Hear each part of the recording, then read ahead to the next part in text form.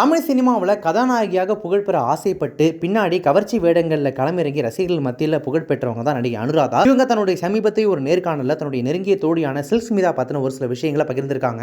என்ன சொல்லியிருக்காங்க அப்படின்னா, டச்சப் உதவியாளராக இருந்து டான்சராகவும் நடிகையாகவும் ஸ்மிதா ஒரு தனி ட்ரெண்டையே உருவாக்கினா, அனுராதாவின் வருகையால் சில்க் ஸ்மிதாவின் மார்க்கெட் குறைஞ்சிடுச்சு அப்படின்னு பலரும் பேசினாங்க. இதனால் ஆரம்பத்தில் அவன் என்கிட்ட பேசவே மாட்டா, என் மேலே பயங்கர கோபமாக இருந்தா, பிறகு என்னை புரிஞ்சுக்கிட்டா, பிறகு அவள் தயாரித்த படங்களில் என்னையே நடிக்க வச்சா, இருவரும் நெருங்கிய தோழிகளானோம். ஆனாலும் பர்சனல் விஷயங்களை யார்கிட்டயுமே பகிர்ந்துக்க மாட்டா. என் கணவர் நடன இயக்குனராக வேலை செய்த கன்னட படத்தில் ஸ்மிதாவுக்கு நான் வாய்ப்பு வாங்கி கொடுத்தேன். ஷூட்டிங் முடிச்சு அவள் முன்கூட்டியே சென்னை வந்துட்டா. ஒரு நாள் இரவு எனக்கு ஃபோன் பண்ணி என் வீட்டுக்கு வா, உங்ககிட்ட அவசரமாக பேசணும்னு ஸ்மிதா ரொம்பவே வலியுறுத்தி கூப்பிட்டா. கர்நாடகாவில் இருந்து சதீஷ் வீட்டுக்கு வந்துட்டு இருக்கார், அவருக்கு சாப்பாடு ரெடி பண்ணணும், ஃபோன்லேயே விஷயத்தை சொல்லு, ரொம்ப அவசரமாக வீட்டுக்கு வரேன்னு அவகிட்ட சொன்னேன்.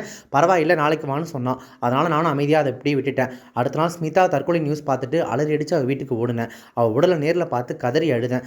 முந்தின நாள் இரவு அவள் என்னை கூப்பிட்டப்போ நான் அவளை சந்திக்க போயிருந்தா, பிரச்சனையை கேட்டு அவளுடைய தற்கொலை எண்ணத்தை நான் தடுத்திருக்க முடியும். அந்த குற்ற உணர்ச்சி எனக்கு இப்போ வரைக்கும் போகவே இல்லை. அந்த குற்ற உணர்ச்சியால் இப்போ வரைக்கும் ஒவ்வொரு நாளும் தவிச்சுக்கிட்டே தான் இருக்கேன் அப்படின்னு சொல்லி தன்னுடைய மனம் திறந்து அந்த நேர்காணலில் இந்த விஷயத்தை அவங்க ஷேர் பண்ணியிருக்காங்க.